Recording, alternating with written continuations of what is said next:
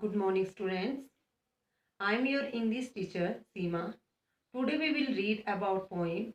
This is the first poem of 8th class and our topic is The Ant and the Cricket, Chinti or Jhingur. A fable is a story, often with animals as characters, that conveys a moral. यह एक fable है, कहानी है या लोक कथा है जिसमें ज्यादातर जानवरों को करेक्टर्स के एज ए करेक्टर लिया जाता है और इस कहानी के अंत में जो है एक सीख दी जाती है या सुझाव दिया जाता है। This poem and about an ant and a cricket contains an idea of far reaching significance. यह स्टोरी एक चींटी के बारे में है और एक झिंगुर के बारे में है जिसमें सुझाव दिया जाता है जो बहुत महत्वपूर्ण होता है। Which is as true of a four leg cricket as of a two legged one, surely you have seen a cricket that has two legs.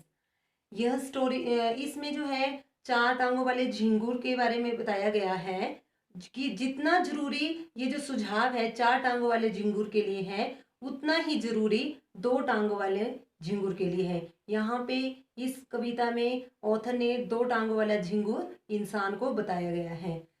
ठीक है, पोइट ने डायरेक्ट नहीं बताया है लेकिन ये बात जो है दो टांगों वाले इंसान के लिए की गई है कि जितना जरूरी चार टांगों वाले झिंगुर के लिए ये सुझाव जरूरी है उतना ही जरूरी सुझाव ये दो टांगों वाले इंसान के लिए भी है। चलो पढ़ते हैं। A silly young cricket accustomed to sing through the warm sunny months of gay summer and spring। एक मूर्ख झिंगू रहता है जिसकी आदत रहती है, accustomed मीन्स आदत रहती है, किस चीज की आदत रहती है, उसको गाने की आदत रहती है। थ्रू द वार्म चाहे वो गर्मी में धूप खिलने पर या बसंत ऋतु में, ठीक है, वो चारों तरफ जहां पर फूल ही फूल रहते हैं तो उसका क्या काम होता है, वो गाना ही गाता रहता था। began to complain when he found that at home his cupboard was empty and winter was come। लेकिन उसकी शिकायत रही जब उसने पाया कि घर में खाने के लिए कुछ भी नहीं है, कोई भी अनाज तक नहीं है, तो हिज कवर्ड उसने देखा कि उसकी कवर्ड क्या है, खाली है और सर्दियों का मौसम आ चुका है। Not a crumb to be found on the snow covered ground, not a flower could be he see, not a leaf on a tree. उसने देखा कि यहाँ तक कि रोटी का टुकड़ा भी नहीं है, उसके घर में रोटी का टुकड़ा भी नहीं है। On the snow covered ground, चारों तरफ स्नो ही स्नो है, ग्राउंड में स्नो ही स्नो फैली हुई है। नॉट अ फ्लावर टू सी, उसे फूल भी नहीं दिख रहे थे और ना ही उसे पेड़ में पत्ते दिख रहे थे। Oh what will become says the cricket of me, क्या होगा, झिंगू ने कहा कि अब मेरा क्या होगा। as at last by starvation and famine made bold, all dripping with wet and all trembling with cold। अब उस अकाल से या भूखमरी से, ठीक है, तंग आकर उसने अपने आप को ही हिम्मत दिलाई कि कोई बात नहीं, अकाल आ गया है या भूखमरी आ गई है तो कोई बात नहीं, उसने अपने आप को ही हिम्मत दिलाई। वो भीगते हुए और ठंड से, and trembling with called, trembling होता है कांपते हुए, वो ठंड से कांपते हुए निकल पड़ा।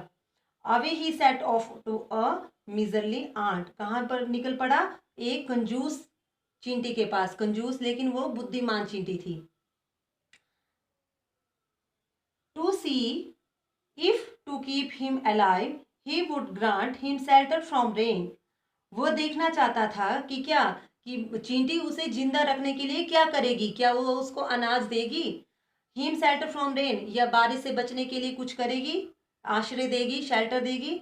And a mouthful of green he wish only to borrow, वो केवल एक मुट्ठी भर अनाज चाहता था या पेट भरने के लिए अनाज चाहता था। वो झिंगुर उसका वो चाहता था कि मुझे चींटी से सिर्फ या मुट्ठी भर अनाज मिल जाए या पेट भरने के लिए अनाज मिल जाए।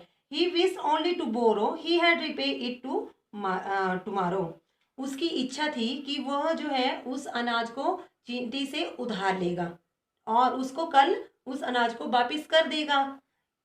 If not he must die of starvation and sorrow, अगर चींटी ऐसा नहीं करेगी तो वो झिंगुर जो है या भूखमरी से मर जाएगा या दुख से ही मर जाएगा। तो बच्चों आज हमने पोएम की the ant and the cricket. तो आपने इसके क्वेश्चन आंसर अपनी नोटबुक में करने हैं। Thank you.